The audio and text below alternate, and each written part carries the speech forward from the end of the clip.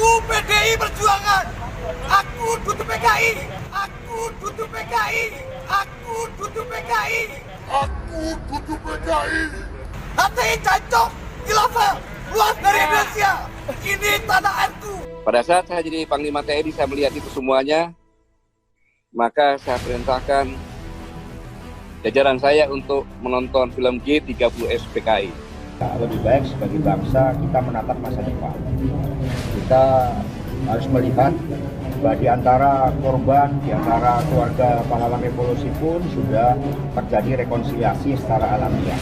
Ya, kalau isu PKI itu kan itu bisa bolong. Itu untuk apa dibangkitkan hantu yang sudah mati? 30S PKI. Pada saat itu saya punya sahabat dari salah satu partai, saya sebut saja Partai PDI, menyampaikan Pak Gatot, hentikan itu, kalau tidak pasti Pak Gatot akan diganti. Saya bilang terima kasih, tapi itu saya gas karena ini adalah benar-benar berbahaya. Dan memang benar-benar saya diganti. Sangat tidak dianjurkan untuk menonton.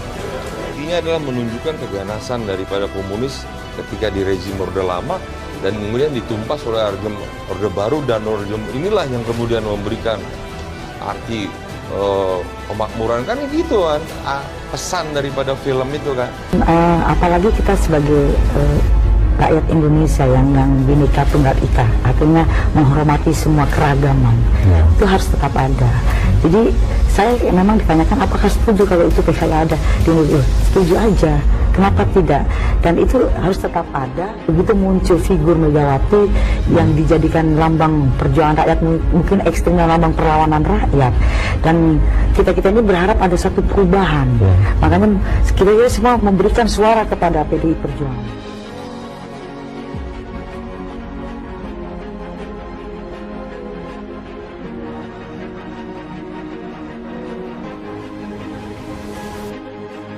Ada 3 partai di zaman Presiden Soeharto. Awalnya banyak banget.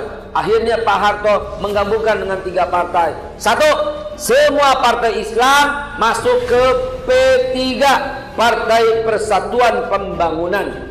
2. Semua partai Kristen masuk ke dalam partai, dan lainnya sebagian masuk ke dalam partai yang namanya PDI, Partai Demokrasi Indonesia. Dan selainnya yang tengah-tengah mendirikan sendiri, bukan termasuk yang 2 kelompok itu, dibikinlah golongan karya. Masa berganti terus, akhirnya, tapi jangan lupa PDI adalah tempatnya partai-partai Kristen yang pada waktu digabung oleh Pak Harto, dan P3 bergabungnya semua partai Islam. Akhirnya disepakati tahun 78 untuk mengambil semua azas tunggal. Reformasi berlangsung, akhirnya semua kembali ke jati diri. Yang pernah bergabung dengan P3 mundur dan mendirikan partai sendiri-sendiri. Dari NU ada PKB, ya, kemudian ada PKS, dulu PK, dan seterusnya. Dan dari PDIP juga, dari PDI akhirnya menjadi PDIP, yang tetap aja dasarnya dahulu adalah perkumpulan partai-partai Kristen. Lu nyaho nggak apa yang gue maksud? Lu ngerti nggak apa yang gue maksud? Ngerti, syukur, alhamdulillah. Jadi kita tahu mana yang mesti kita pilih, saudara. Mesti paham sekali mana yang mesti kita pilih. Tapi itu kan hak suara. Oke, itu hak suara, silahkan. Saya memilih partai yang boleh, silahkan. Tapi saya cuma mau nyarankan, andai kata Anda memilih satu partai dan kemudian partai itu mendukung LGBT, dosanya yang tanggung juga ikut sama. Kan bukan saya yang pilih, tapi lo pendukung partai itu. Saya nggak pilih itu, nggak bisa. Anda termasuk. Kenapa? Anda ta'awanu 'alal ismi wal udwan. Anda bertolong-tolong dalam dosa dan permusuhan. Lo pilih partai yang tertentu deh. Akhirnya partai itu melegalkan dosanya lo ikut. Setiap mereka berzina, setiap mereka berliwat, artinya laki sama laki, lo di rumah lagi nonton TV, tapi dosanya lu juga kebagian. Kenapa? Karena mereka menjadi besar karena antum yang pilih, saudara. Hati-hati, fitnah akhir zaman, tauhid kita akan melenceng lama-lama. Kenapa? Karena kita salah pilih, tauhid kita akan melenceng.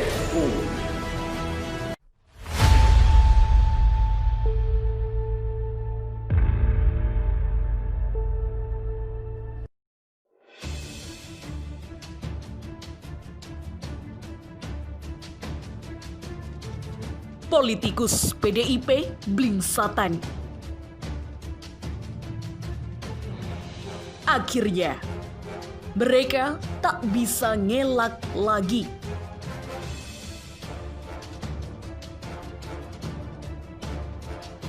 Politikus PDIP tepis Gatot soal wanti-wanti diganti karena film G30S PKI. Gelora.com. Ex-Panglima TNI Jenderal Pan Gatot Nurmantio mengaitkan penggantian dirinya dari pucuk pimpinan TNI dengan perintahnya menonton film G30S PKI. Gatot bahkan menyeret politikus PDIP yang disebutnya mewanti-wanti soal pergantian itu.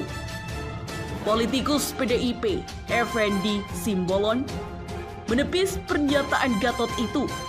Effendi mengatakan pergantian pucuk pimpinan TNI merupakan hal yang wajar. Apalagi saat itu Gatot memasuki masa purna bakti. Enggak lah. Kita kan enggak punya penilaian yang subjektif seperti itu. Bahwa beliau proses pergantian ikutan, proses memang hal yang lumrah. Karena sudah memasuki masa jelang masa purna bakti ya, kata Effendi di Kompleks Gedung MPR DPR Senayan, Jakarta, Rabu 23 September 2020. Anggota Komisi 1 DPR itu pun meminta partainya tak dikait-kaitkan.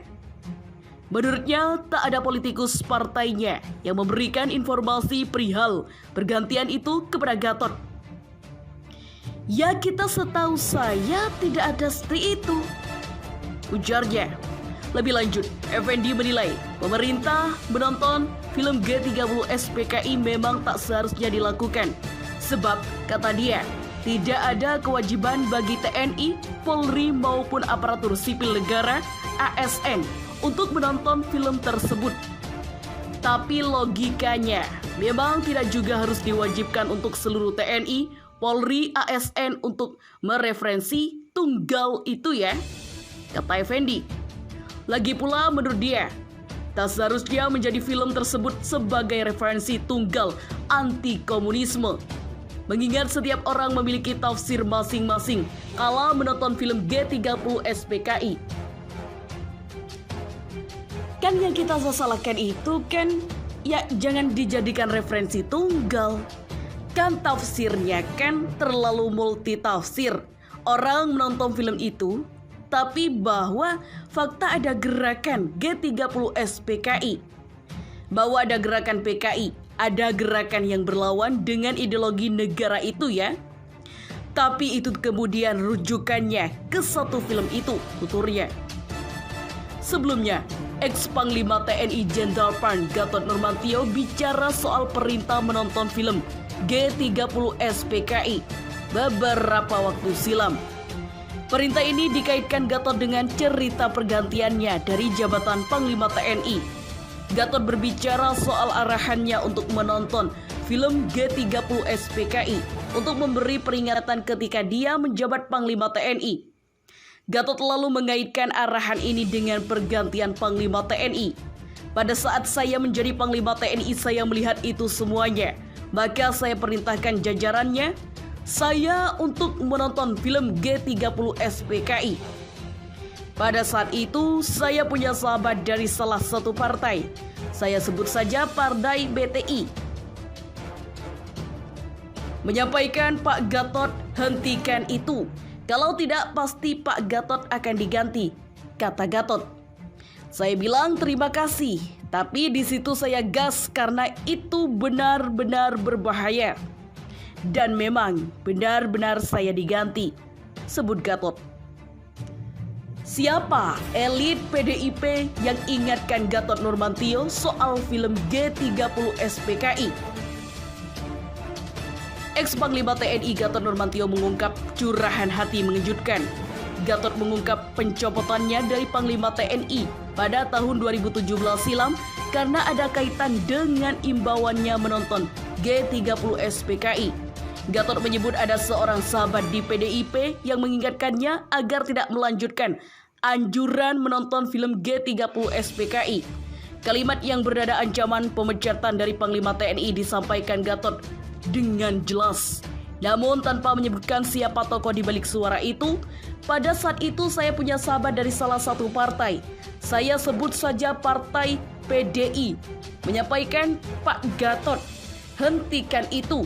Kalau tidak pasti Pak Gatot akan diganti, kata Gatot Nurmantio melalui kanal YouTube Rabu 23 September 2020. Gatot tidak mengindahkan peringatan itu. Dia tetap melanjutkan perintah untuk nonton bareng film yang tengah jadi kontroversi kala itu. Saya bilang terima kasih, tapi di situ saya gas karena ini adalah benar-benar berbahaya. Dan memang benar-benar saya diganti, sebut Gatot. Gatot Nurmantio lantas mengenang kala dirinya benar-benar dicopot dari jabatan Panglima TNI. Sertijab Panglima TNI dari Gatot Nurmantio ke Marsikal Hadi Djahjanto berlangsung pada Desember 2017. Lantas, siapa gerangan elit PDIP yang dimaksud Gatot? Di saat-saat akhir sebelum penggantian Panglima TNI, arahan Gatot soal nobar film G30 SPKI itu menjadi kontroversi.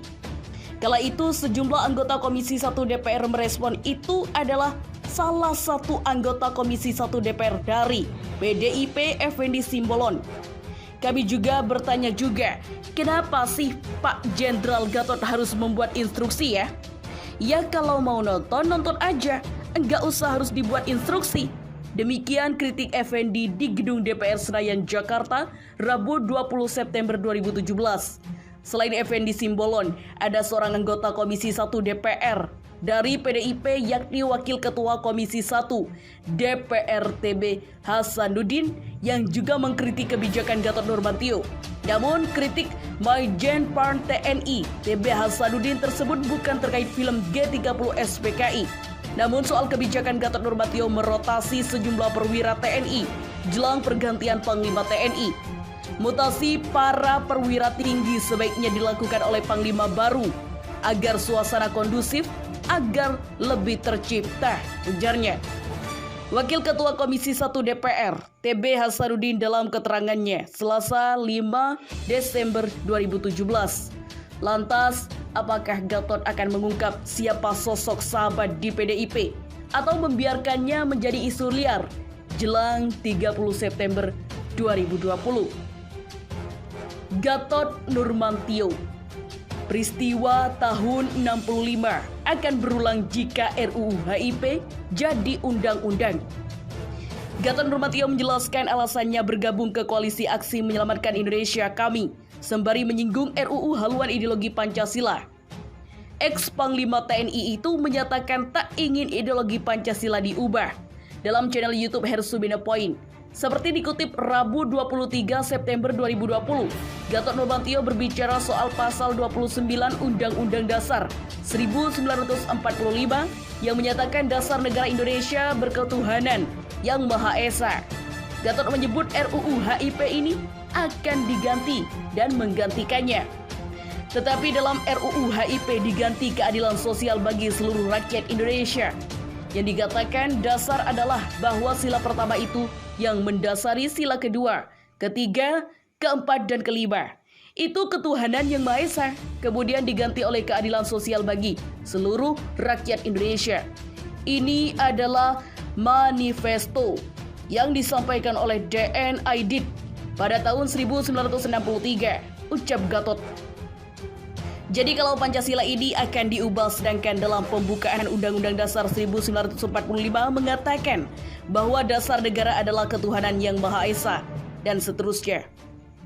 Pancasila ini jadi kalau Pancasila diganti berarti akan mengubah negara ini. Siapa lagi kalau bukan ini adalah PKI, sebut Gatot.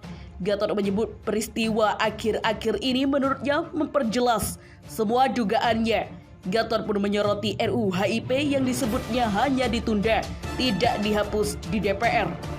Yang lain-lainnya, kemudian kejadian-kejadian yang lain-lainnya, itu akan memperjelas semuanya. Bahkan sekarang pun tidak dihapus, tapi ditunda saja. Mereka bersikeras seperti itu, sebut Gatot. Merujuk kepada peristiwa-peristiwa yang disebut tadi, Gatot mengaku tergerak bergabung ke kami. Gatot menyebut dia kepunyaan tugas menjaga keutuhan NKRI. Dasar inilah sebenarnya yang melandasi sekaligus saya untuk bergabung bersama-sama rekan-rekan seperjuangan saya. Karena saya secara pribadi tahun 1982 pernah bersumpah di atas Al-Quran yang intinya isinya, demi Allah saya bersumpah akan setia kepada NKRI yang berdasarkan Pancasila dan Undang-Undang Dasar 1945. Berarti sampai pensiun pun saya masih punya tanggung jawab terhadap sumpah ini, ujar Gatot. Sampai kapan? Sampai sumpah itu berganti.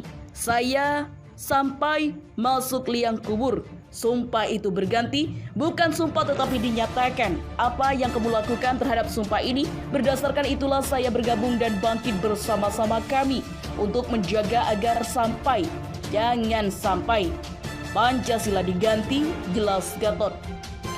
Gatot lalu berbicara soal peristiwa tahun 65. Tempo dulu.